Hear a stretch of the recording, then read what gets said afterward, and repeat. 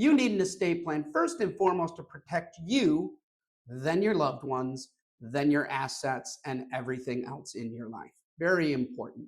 So, what are the benefits of having an estate plan? Why do I need a properly crafted estate plan?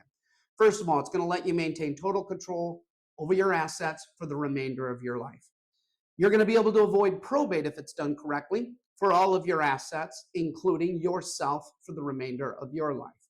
You're going to be able to avoid a guardianship for yourself or your spouse, a conservatorship for yourself or your spouse. Those are probably two of the worst proceedings I don't think anyone should ever have to go through.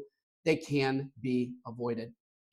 You can reduce or avoid certain taxes, inventory fees, all kinds of costs and expenses that are associated when somebody passes away or assets transfer or probate is required. You can protect your spouse, your children, grandchildren, anybody in your charge. We can protect inheritance from creditors.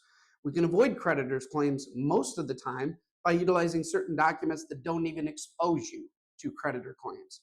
We can provide for disability planning. If you become incapacitated, disabled, injured, ill, we live long enough, we suffer from dementia.